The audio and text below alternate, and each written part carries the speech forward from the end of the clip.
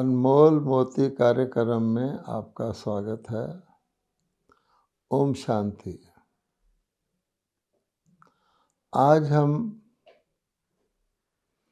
ऐसे प्यार पे चर्चा करेंगे जो हमें ऊंचा ले जाने वाला, श्रेष्ठ बनाने वाला है। हमने सबने एक कहानी सुनी है बचपन में। कहते हैं कि आबू का आदम सो रहा था और आधी रात को उसके कमरे में प्रकाश ही प्रकाश फैल गया और उसकी आँख खुल गई और उसने देखा कि एक फरिश्ता कुछ लिख रहा है। उसने प्यार से पूछा, बहुत ही सुंदर आकर्षक फरिश्ता था। उसने पूछा नम्रता से, आप क्या लिख रहे हैं? फरिश्ता ने जवाब दिया कि मैं उन लोगों के नाम लिख रहा हूँ जो परमात्मा को याद करते हैं, जो परमात्मा से प्यार करते हैं। अबू बिन आदम ने पूछा कि इस लिस्ट में मेरा भी कहीं नाम है? तो फरिश्ते ने मुस्कुराकर कहा कि नहीं। फरिश्ता लुप्त हो गया और अबू बिन आदम सोच में पड़ गया। अगली रात फिर उसी समय, आधी रात के समय, फिर प्रकाश हुआ। सोता हुआ अबू बिन आदम जागा और उसने फिर देखा कि वही फरिश्ता फिर कुछ लिख रहा है। तो अबू बिन आदम ने उसी प्रकार से पूछा, प्रेम से, नम्रता से, आज आप क्या लिख रहे हैं? फरिश्ता मुस्कुराते हुए बोला कि मैं उन लोगों के नाम लिख रहा हूँ दुनिया के, जिनको परमात्मा याद करता है, जिनको परमात्मा प्यार करता है। अबू बिन आदम ने बड़े आश्चर्य से, हैरानी से पूछा, क्या इस लिस्ट में मेरा नाम कहीं है? तो फरिश्ते ने मुस्कुराकर कहा, इस लिस्ट में तुम्हारा नाम सबसे ऊपर है। ये कहानी हम सुनते आए हैं। अब अबू बिन आदम कौन था? अब हमको पता लगता है कि वो आबू का आदम था, अर्थात वह पहला पुरुष सृष्टि का, क्योंकि आदम को, एडम को, आदिनाथ को, आदिदेव ब्रह्मा को सारी दुनिया के लोग सृष्टि का प्रथम पुरुष मानते हैं, शरीरधारी। कि जो माउंट आबू में जिसने अपना कार्य क्षेत्र बनाया, उसकी कर्म भूमि, तपस्या भूमि, योग भूमि रही, और वही वो आत्मा थी जिसको भगवान ने कहा कि जिसको मैं प्यार करता हूँ, जिसको मैं याद करता हूँ। तो आज हमें, जबकि ब्रह्मा कुमारी सारे विश्व में फैल गए हैं, सारे विश्व में ऐसा कोई भी संस्थान नहीं आज तक हुआ जिसमें इतने प्यार से रहने वाला एक ईश्वरीय परिवार स्थापित हो चुका है। लाखों भाई बहन हैं, जिसमें 60,000 तो ब्रह्मा कुमारियाँ हैं जो ईश्वरीय प्रेम का संदेश जन जन तक पहुँचा रही हैं। आज हमें उसका अर्थ पता लगता है कि वो आबू बिन आदम कौन था और वो उसको पूछने वाला कौन था। बताने वाला कौन था। वैसे भी हम दुनिया में प्रेम को एक बहुत ही सर्वश्रेष्ठ अनुभूति मानते हैं। प्रेम में कोई खो जाए तो उसे दीन दुनिया का पता नहीं रहता, लेकिन प्रेम के लिए आज की दुनिया में जो शब्द प्रयोग किया जाता है वो है फॉल इन लव।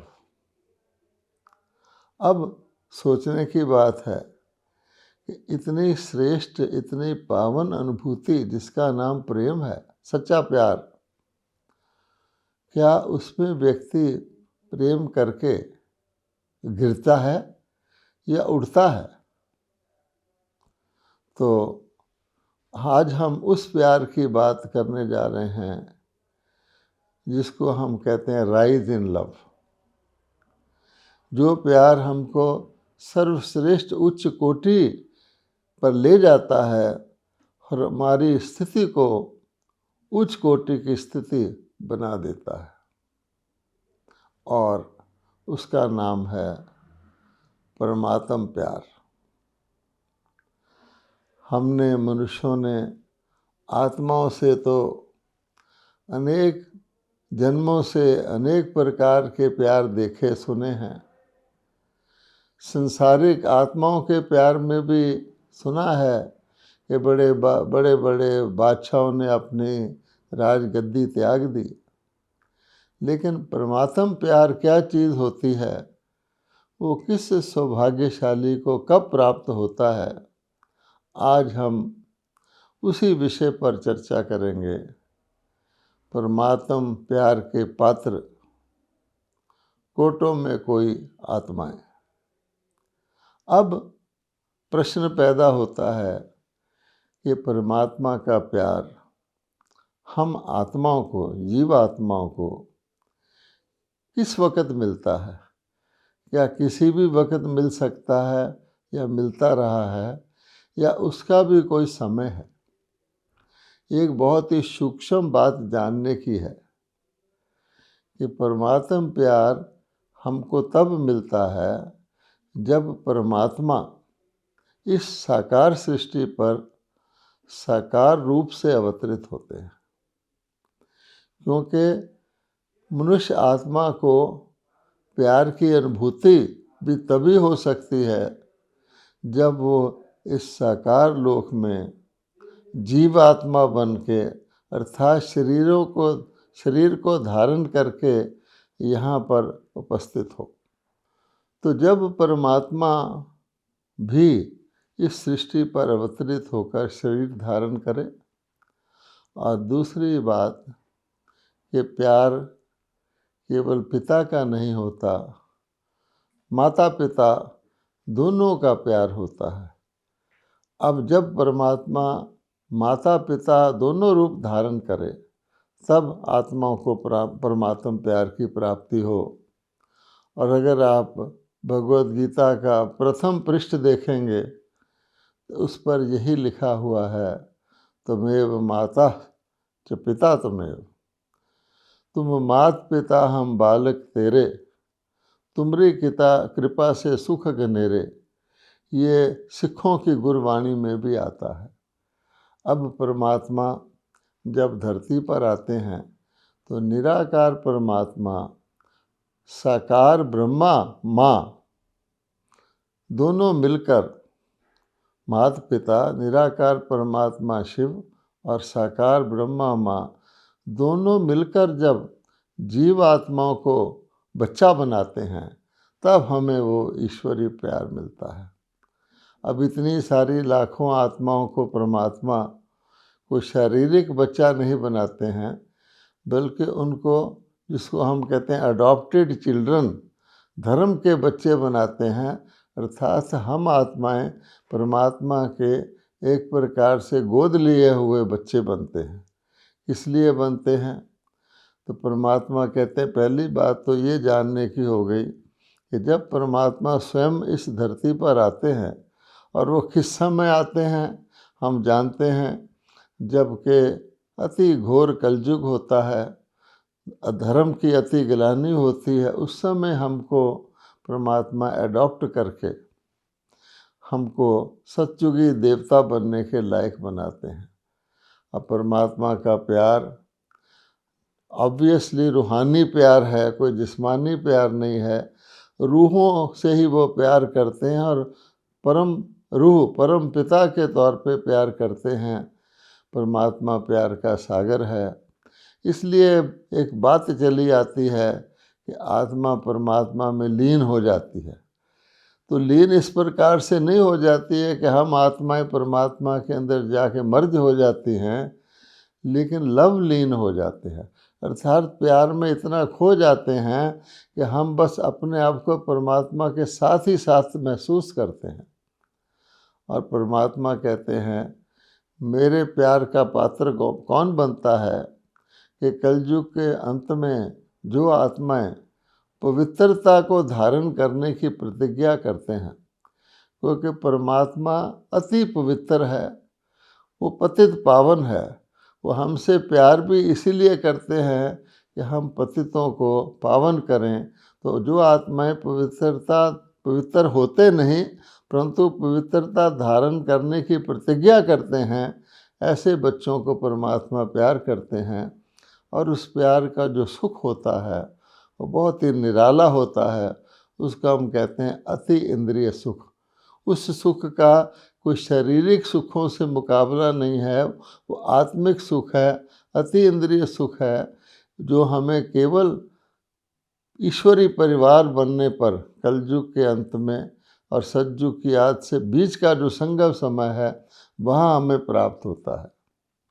सतयुग में हम देवताओं की संतान रहे, फिर हम अन्य मनुष्यों की संतानें रहे, ऋषियों की संतानें रहे, महात्माओं की रहे, राजाओं की रहे, लेकिन परमात्मा की संतान बनने से क्या होता है कि परमात्मा हमको रास कराते हैं, हमको ज्ञान की मुरली सुनाते, ईश्वरीय ज्ञान सुना के हमारी राशि परिवर्तित करते हैं।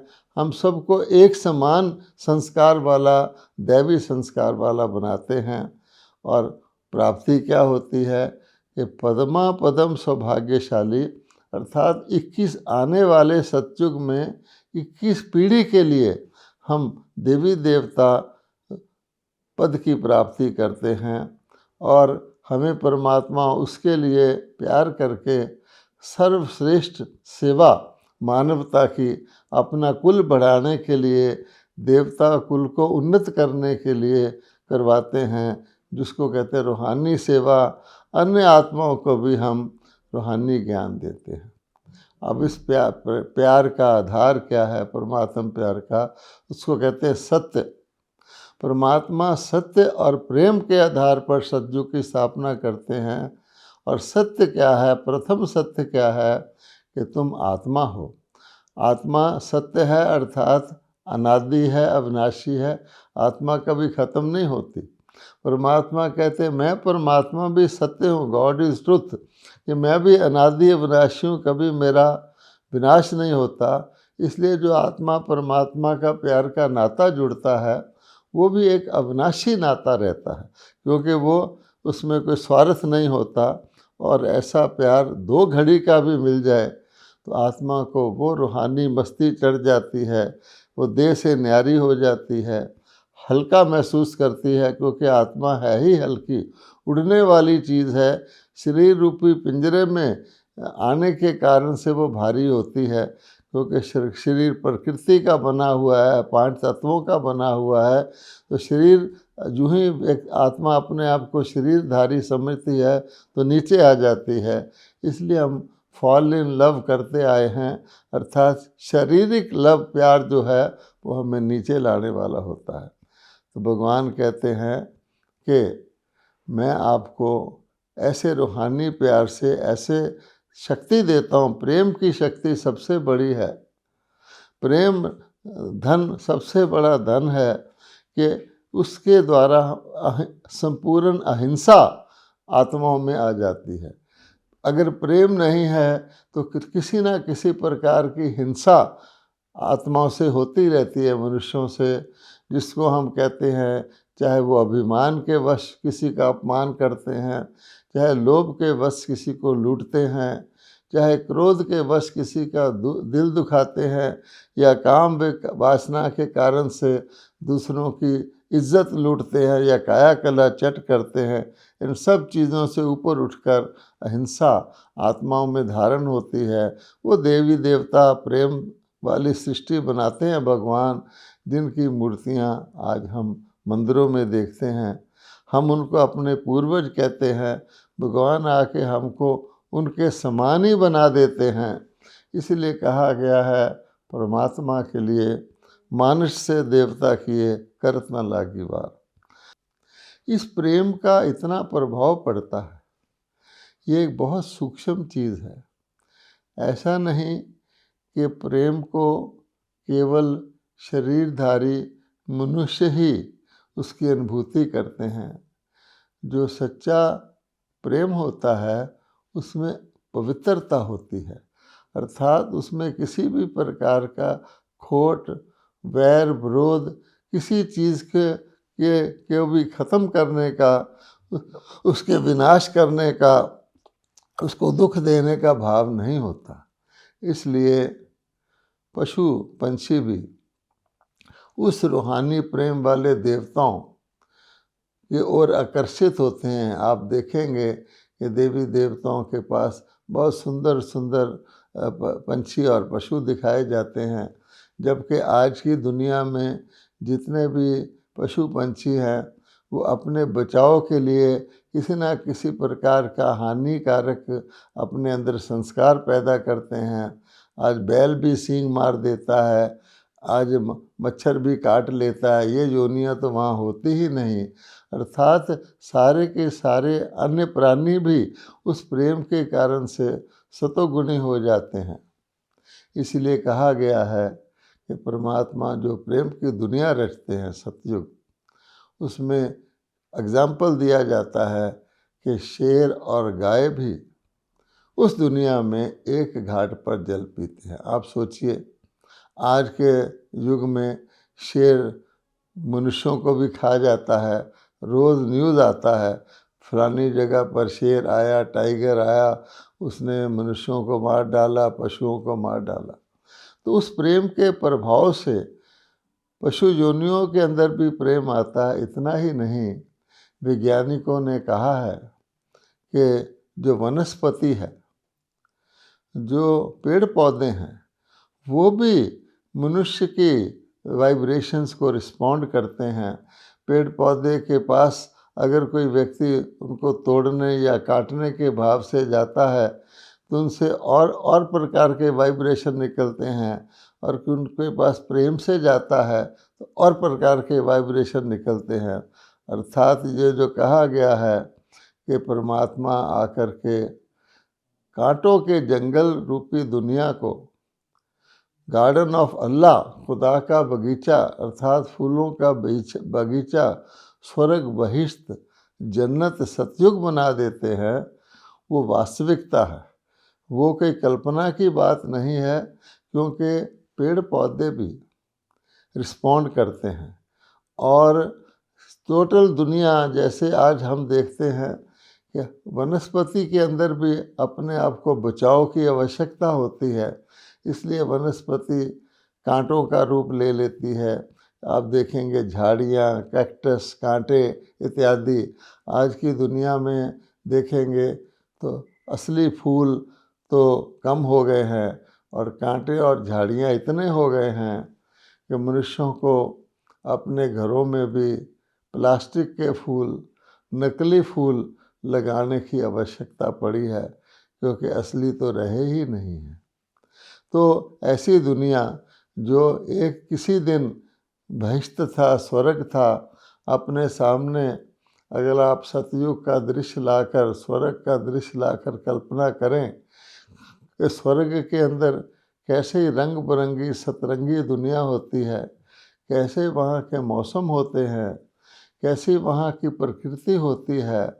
सदाबहारी मौसम रहता है, ना बहुत अधिक गर्मी होती है, ना बहुत अधिक सर्दी होती है, और हर दृश्य आँखों को लुभाने वाला होता है।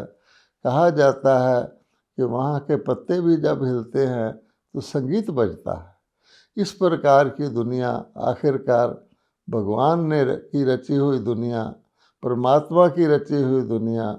आज मनुष्य भी कलयुग में भी नकली स्वर्ग बनाने की कोशिश करते हैं, लेकिन असली स्वर्ग तो असली स्वर्ग है और उसका मूल आधार है सत्य और प्रेम। तो ऐसा सत्य और प्रेम कोटों में कोई आत्माओं को नसीब होता है, जिससे उनका पद्मा पदम गुना भाग्य आने वाले भविष्य सतयुगी और त्रेता युगी देवताई दुनिया में उनको प्राप्त होता है। और उससे पहले परमात्मा कहते हैं कि आत्माएं अति अशांत हैं। आज की दुनिया में जहाँ से परमात्मा बच्चों को अडॉप्ट करते हैं, आपने सुना होगा एक छोटा सा जानवर होता है पंच, जिसको भ्रिमरी कहते हैं। वो कीड़े को पकड़ कर ले आती है और एक मिट्टी का घर बना के उसमें कीड़े को रख के भूं भूं भूं भूं करती है, तो कीड़ा बदल के तितली बन जाता है, उड़ने जैसा बन जाता है। कई कीड़े तो सड़ जाते हैं। इसी प्रकार से भगवान कहते हैं कि मैं परमात्मा भी, मेरा पाठ ही ऐसा है, पतितों को पावन करने वाला, दुखियों को सुखी करने वाला, अशांतियों को शांत करने वाला। लेकिन वो कहते हैं कि मैं सारे विश्व का पिता हूँ, मैं 1 2 10 100 1000 प्राणियों का पिता नहीं हूँ, इसलिए मैं सारे विश्व को ही परिवर्तन करता हूँ। इसलिए भगवान कहते हैं कि मेरा धरती पर आना होता ही तब है जबकि जितनी आत्माएं परम धाम अथवा परलोक में होती हैं, वो धरती पर धीरे धीरे अपने अपने समय पर उतरकर यहाँ शरीर धारण कर लेती हैं। तो ये भी परमात्मा स्वयं ही अपना परिचय देते हैं कि मनुष्यों को शांति चाहिए, तो मनुष्य इस अशांति की दुनिया में शांति ढूंढते हैं। इस शांति की दुनिया में, अशांति की दुनिया में तो शांति हो ही नहीं सकती, इसलिए वो शांति पाठ पढ़ते हैं। जब कोई दुर्घटना हो जाती है तो मौन रखते हैं, शांति करते हैं, लेकिन वो टेम्परेरी अल्पकालिक शांति की अनुभूति करने की कोशिश करते हैं। परंतु भगवान कहते हैं मैं तो हूँ ही परमात्मा शांति धाम का निवासी, जिसको परलोक कहते हैं लोग, निर्वाण धाम कहते हैं, जहाँ पर वाणी नहीं अर्थात, या जिसको वानप्रस्थ कहते हैं, वाणी से परे, क्योंकि आत्माओं के लोक में तो शांति ही शांति है। तो परमात्मा जब अवतरित होते हैं तो आकर आत्माओं को पहले शरीरों से न्यारा होकर स्वयं को आत्मा मानकर और उनको बोध कराते हैं कि आप आत्माएं 5000 वर्ष पहले परलोक से आई थी, जो भारत की आत्माएं हैं, सबसे पुराना देश है, और उस परलोक में शरीर में रहते हुए भी मन के संकल्प के द्वारा आप अभी भी जा सकते हो। तो जो आत्माएं अपने आप को शरीर से अलग करके परमात्मा के प्यार में खिंचकर परलोक में जाती हैं, उनको अभी भी 1 2 घड़ी भी वो परलौकिक स्थिति में रहती हैं, आत्मिक स्थिति में परम धाम को याद करती हैं, परमात्मा को, तो उन्हें सारा दिन शांति की अनुभूति होती है। जैसे कोई फ्रिज से कोई चीज़ ले आए निकाल कर, तो कुछ समय वो ठंडी रहती है। इसी प्रकार से इस अशांति के लोक में भी ऐसी आत्माएं शांति की अनुभूति करती हैं और धीरे धीरे धीरे इस अपने अभ्यास को बढ़ाती हैं। इसी को परमात्मा ने राजयोग कहा है कि मैंने अवतरित होकर के योग सिखाया था, जिसका वर्णन गीता में है, लेकिन वो भारत का प्राचीन योग पुनः परमात्मा ही अवतरित होकर सिखा रहे हैं। उन भाग्यशाली कोटों में कोई, कोई में भी कोई, करोड़ों में कोई, अनेक आत्माओं में से थोड़ी सी आत्माओं को, जो कि अपने आप को आत्मा समझकर आत्मा भ्रिकुटी के बीच में, मस्तिष्क के बीच में निवास करती है, सूक्ष्म है और परम धाम से आई है। ये सारी अनुभूति कर कर जो राजयोग सीखते हैं, आज के विश्व में योग के नाम पर उस योग वो तो प्रलुप्त हो जाता है। अनेक प्रकार के योग चले हुए हैं, अनेक प्रकार के शास्त्र चले हुए हैं, अनेक गुरु हैं, लेकिन हम देखते हैं कि ऐसा सब कुछ करते हुए इनकी आवश्यकता पड़ती है तो लोग इतने सारे धर्म, इतने सारे ग्रंथ, इतने सारे गुरु बनाते हैं। जैसे कोई बहुत महामारी फैल जाए तो बहुत हॉस्पिटल, बहुत एम्बुलेंस, बहुत सड़क के किनारे भी डिस्पेंसरियां खुल जाती हैं, लेकिन कोई धोखा ना खाए। ये कोई शांति प्राप्त करने की या प्रभु प्रेम की निशानी नहीं है, ये तो परमात्मा से दूर रहने की निशानी है। भगवान बताते हैं कि मनुष्यों ने मुझे ही सर्वव्यापी कह दिया है कि मैं परमात्मा सब जगह हूँ। ये कहकर वो मेरे से और भी बेमुख हो गए हैं, विमुख हो गए हैं। क्योंकि अगर मैं परमात्मा सर्वव्यापी होता तो मैं कहाँ से आता, कहाँ पर आता, इसलिए आता, और मेरे सर्वव्यापी होते हुए क्या कलयुग आ सकता था? क्या तुम प्रधानता हो सकती है? क्या मनुष्य पतित बन सकते हैं? क्या कोई पाप कर सकता है? क्योंकि परमात्मा ही सब जगह हो तो फिर पाप कौन करेगा? परमात्मा तो पापों को दूर करने वाला है। ये सारी बातें गीता का भगवान हमें सुनाते हैं और इस समय हमें, केवल इसी समय वो प्रभु प्रेम की प्राप्ति होती है, जिससे आत्मा इस दुख की, अशांति की दुनिया में रहते हुए भी परमात्मा के साथ लगन लगा के प्रेम करके, जैसे कोई संसार में भी किसी का प्रेम होता है तो उसको और कुछ सूझता ही नहीं है। हर वक्त जिससे वो प्रेम होता है वही उसको दिखता है, और जो उसको पसंद होता है, जिसमें उसकी खुशी होती है, वही वो करता है। इसलिए परमात्मा के प्यारे बच्चे भी इस समय, जिसको ईश्वरी कुल कहा जाता है, भगवान हमें कलयुगी आसुरी कुल से निकालकर अपने गोद के बच्चे बनाकर, स्पिरिचुअल अडॉप्टेड चिल्ड्रन बनाकर एक अनोखा अलौकिक ईश्वरी परिवार बना रहे हैं और हमारे अंदर वो दिव्य गुणों की धारणा करवा रहे हैं, अवगुण हमारे से निकलवा रहे हैं। जब गुण धारण होते हैं अवगुण अपने आप चले जाते हैं। तो जैसे कहा गया कि देवता सर्वगुण संपन्न थे, देवताओं के अंदर सारे वो गुण थे जो आज नहीं हैं। देवताओं के अंदर धैर्यता थी, देवताओं के अंदर गंभीरता थी, देवता मधुरभाषी थे, देवताओं के अंदर निमित्त भाव था। तो ये सारी की सारी धारणाएं प्रेम के सागर परमात्मा हम आत्माओं को प्रेम स्वरूप बना रहे हैं। तो जहाँ प्रेम होता है वहाँ घृणा नहीं होती है, वहाँ ईर्ष्या नहीं होती है, द्वेष नहीं होता है, वैर भाव नहीं होता है। मन के अंदर भी किसी के लिए सपन मात्र में भी किसी का बुरे सोचने का भाव नहीं होता है। सबके लिए शुभ भावना होती है, शुभ कामना होती है और आत्मा शुभ चिंतन करती है, प्रभु चिंतन करती है। ये सारी प्रेम की निशानियां हैं।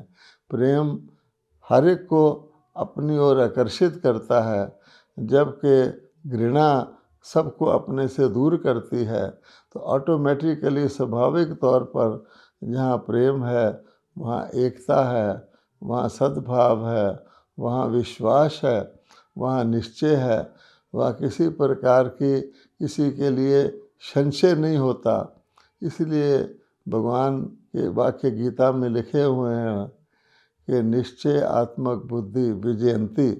जो व्यक्ति हर चीज़ में निश्चय रखता है, हर एक में विश्वास रखता है, अपने में विश्वास रखता है, परमात्मा में विश्वास रखता है, उसको हर चीज़ में सफलता की प्राप्ति होती है।